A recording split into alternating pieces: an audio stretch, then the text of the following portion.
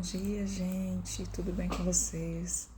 Tô passando aqui hoje porque eu recebi um desafio da missionária Eva, minha mentora, no curso que eu estou fazendo de liderança na igreja ADEC, no Porto. Estou sendo acompanhada pelos pastores, pastora Edilene Lopes, pastor William Arruda e a equipe de obreiros. Nós estamos fazendo um curso de liderança e nesse curso, essa semana nós temos um desafio de compartilhar o nosso testemunho de uma maneira clara, rápida e honesta.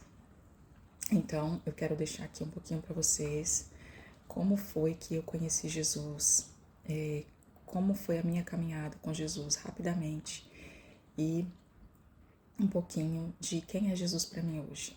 Bom, se é para ser honesta, eu tenho que falar para vocês que não é fácil para mim fazer a gravação desses vídeos que eu faço todos os dias, mas eu faço questão de fazer, impulsionado pelo Espírito Santo, para compartilhar um pouquinho com vocês do que eu tenho vivido com Deus, que tem sido algo maravilhoso, tem sido um novo tempo para mim.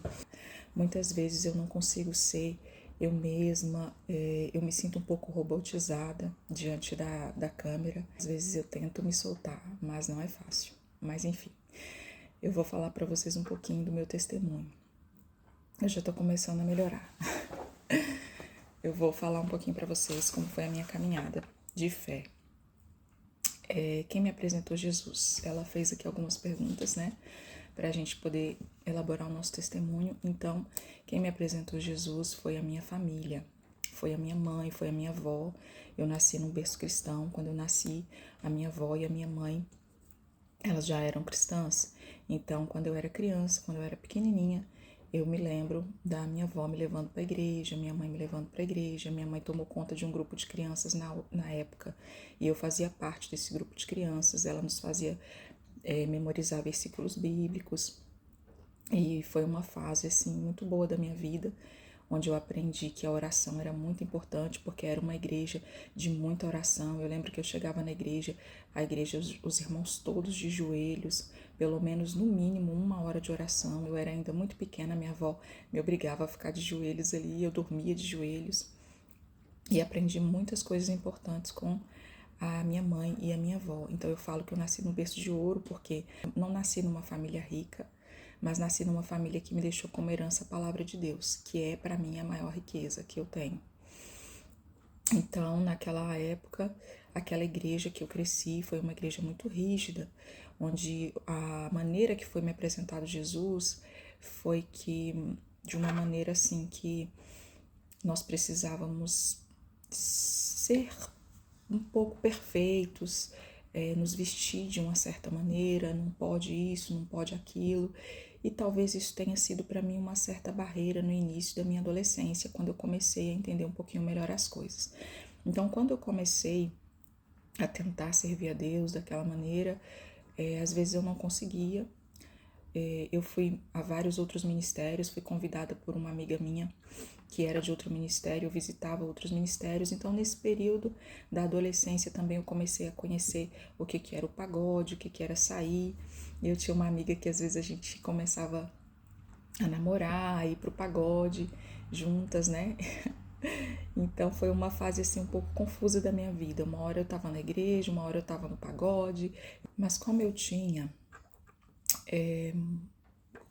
aprendido, né, que era importante orar, que era importante ler a Bíblia, mesmo indo para o pagode, mesmo saindo, eu às vezes ia na igreja, e uma coisa que eu desenvolvi foi o hábito de fechar a porta do meu quarto e falar com Deus tudo que eu estava sentindo, e comecei a ler a Bíblia, comecei a pedir o Espírito Santo para me ensinar o que estava escrito ali, porque às vezes eu lia e não entendia. Então comecei a pedir a Deus orientação e comecei a ler a Bíblia e orava no meu quarto. Fechava a porta e falava com Deus e aprendia um versículo que eu gostava muito, aquele: já não tenho-vos chamado servos, mas tenho-vos chamado amigos. E eu tinha aquela vontade de viver aquela amizade com Deus. E então foi um período difícil na minha adolescência, mas depois eu me casei muito nova, conheci o meu ex-marido, eu tinha 15 anos, e me casei com 16 anos, E quando eu me casei, comecei a passar por várias dificuldades e comecei a ir mais e mais para a igreja. E quando eu engravidei do meu filho Igor, que hoje tem 20 anos, eu decidi que o que eu aprendi eu queria transmitir para o meu filho, que a herança que eu recebi eu gostaria de transmitir para o meu filho, que são os princípios da palavra de Deus. Então eu falo para o meu filho que foi ele que me ganhou para Jesus. Eu batizei grávida do meu filho Igor, e quando eu estava grávida dele foi a primeira vez que eu ouvi falar que Deus tinha um chamado missionário para mim. Eu estava lá para receber oração e uma senhora olhou para mim e ela falou: "Eu vejo você pisando em terras estranhas". Então, missões, todos nós somos missionários. O Senhor nos deu a mesma missão de fazer discípulos, mas a missão particular que eu recebi é de fazer discípulos em terras estranhas, em terras estrangeiras. Então, quando ela me disse: "Eu vejo você pisando em terras estranhas", eu me assustei porque eu não tinha nenhuma pretensão de sair de perto da minha mãe e da minha avó, da barra da saia delas, que são pessoas muito importantes para mim.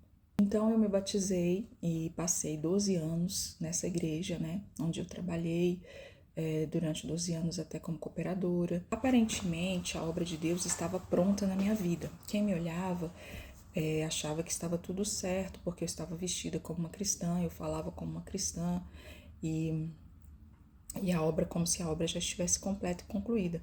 Mas a caminhada com Deus, ela é um processo de crescimento e amadurecimento espiritual. E naquela altura, eu lembro que muitas vezes o Senhor falava para mim, quando eu orava, o Espírito Santo falava para eu tomar cuidado com o farisaísmo, com a religiosidade. E eu não entendia muito o que o Senhor queria dizer para mim. E hoje eu entendo que a religiosidade, ela tem dois problemas. Ela se firma nas suas próprias obras, porque nós começamos a nos santificar, a orar, a jejuar, ler a Bíblia e ajudar as pessoas e fazer aquilo que o Senhor Jesus nos disse para fazer. Mas essas disciplinas espirituais, elas são reflexo do caráter de Cristo, o que Cristo faria, mas elas não garantem a nossa salvação. E o religioso, ele vai se apoiar a sua salvação nas suas obras. Ele vai achar que o merecimento da sua salvação é pelas suas obras e não há nada que nós possamos fazer para nos salvar.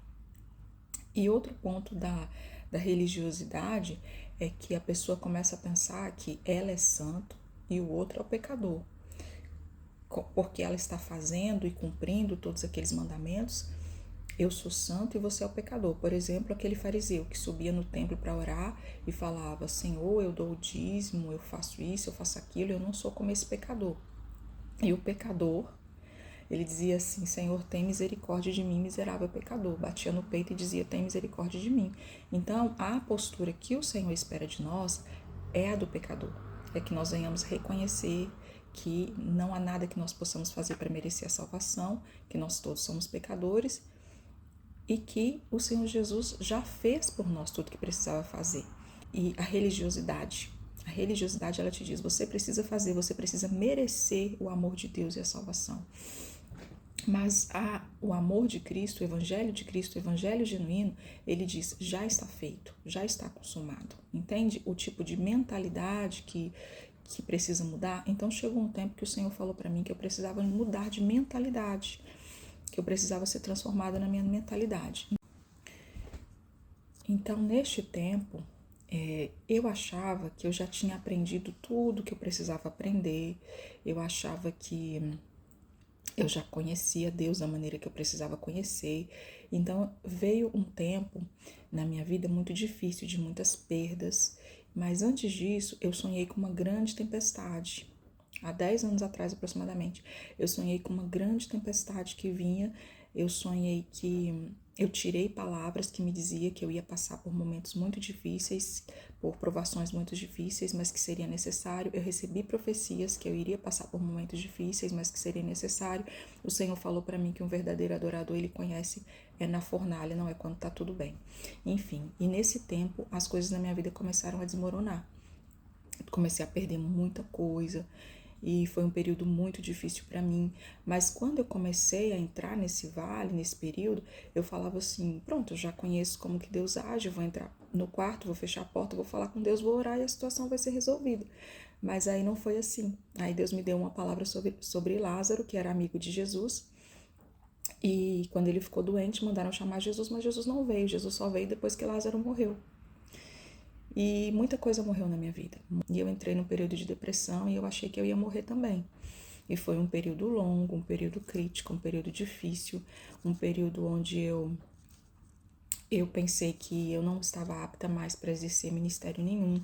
Eu falava com Deus que eu ia desistir não desistir de Jesus, não desistir do meu relacionamento com Jesus, porque eu não sei viver sem Jesus, mas eu falava para ele que eu ia desistir do meu chamado, do serviço que ele me chamou para fazer na obra dele, porque eu não estava me sentindo qualificada para fazer aquele serviço mais, porque eu cometi alguns erros e depois eu não conseguia me perdoar dos erros que eu cometi, mas uma coisa eu tinha, que eu não escondia de Deus aquilo que eu fazia, aquilo que eu errava. Cada vez que eu cometia alguma coisa que eu julgava errado, eu mesmo me julgava, eu mesmo me condenava, eu entrava pro quarto, fechava a porta, falava com Deus, falava: Senhor, tá vendo? Eu não sirvo para fazer o que o Senhor tá me chamando para fazer. Eu não consigo. Mas aí o Espírito Santo de Deus veio e se revelou a mim de uma maneira que eu não conhecia. Então é aí que eu faço uso das palavras da Damares, quando ela diz assim, ela fala assim: eu conheci as profundezas do amor de Deus quando eu estava nas profundezas. Então foi neste momento em que eu conheci o amor incondicional de Deus por nós. Porque até então eu achava que eu tinha que ser perfeita para Deus me amar. Eu achava que eu tinha que fazer tudo perfeito para Deus me amar. Eu achava que eu tinha que ser 100% o tempo todo para Deus me amar. Mas não. Por mais que nós precisamos nos esforçar e nos santificar e fazer a nossa parte, o Senhor sabe quem nós somos. E nós somos todos pecadores. É o que diz a palavra de Deus. Então, nesse momento, o Espírito Santo veio, me abraçou, falou muitas coisas comigo que eu guardo no meu secreto. Uma das coisas que ele me disse, que ele me chamou, ele me separou, ele me ungiu, que ele não abria mão de mim, que eu não tinha autorização para parar, que eu teria que me perdoar, porque ele já tinha me perdoado, entre que eu teria que escolher entre o que Deus pensa de mim e entre o que Deus pensa de mim e o que o homem pensa de mim, e o que eu mesmo pensava de mim, e que era para eu levantar a cabeça e prosseguir trabalhando para ele, que ele iria prosseguir trabalhando na minha vida.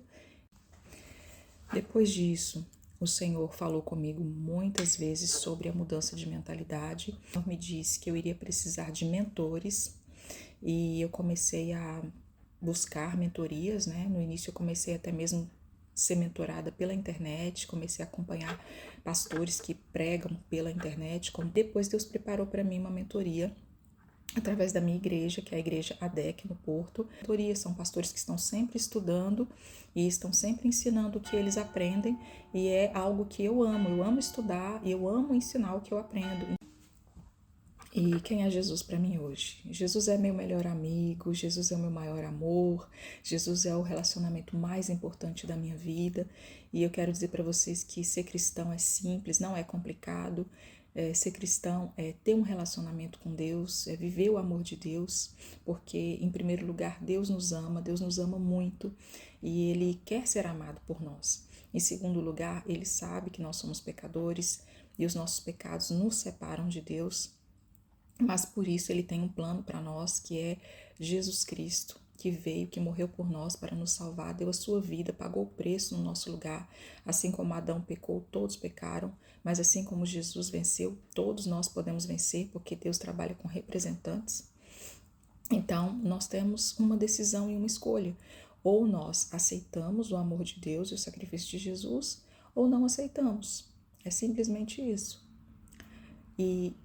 Mas eu preciso ser perfeito, eu preciso me consertar, eu faço isso, eu faço aquilo. Não, nós não temos que nos consertar. Nós temos que entregar a nossa vida a Jesus. E depois que nós entregamos a nossa vida a Jesus, o Espírito Santo vem e começa a trabalhar na nossa vida. E esse trabalhar na nossa vida é um processo longo e demorado de crescimento, de aperfeiçoamento que vai sendo feito todos os dias enquanto nós estivermos aqui. Para falar do amor de Deus por nós, eu quero deixar aqui um texto que está aqui no livro de Cânticos, no capítulo 1, no versículo 13. Diz assim: o meu amado é para mim como um ramalhete de mirra, que repousa entre os meus seios. E no capítulo 15 diz assim: eis que tu és formosa, amiga minha, eis que tu és bela, os teus olhos são como das pombas. O livro de Cantares, Cânticos de Salomão, ele vai falar do amor do noivo e da noiva, mas ele também vai falar nas entrelinhas do amor de Deus por nós, do amor de Deus pela sua noiva, de Cristo pela sua noiva, que é a igreja.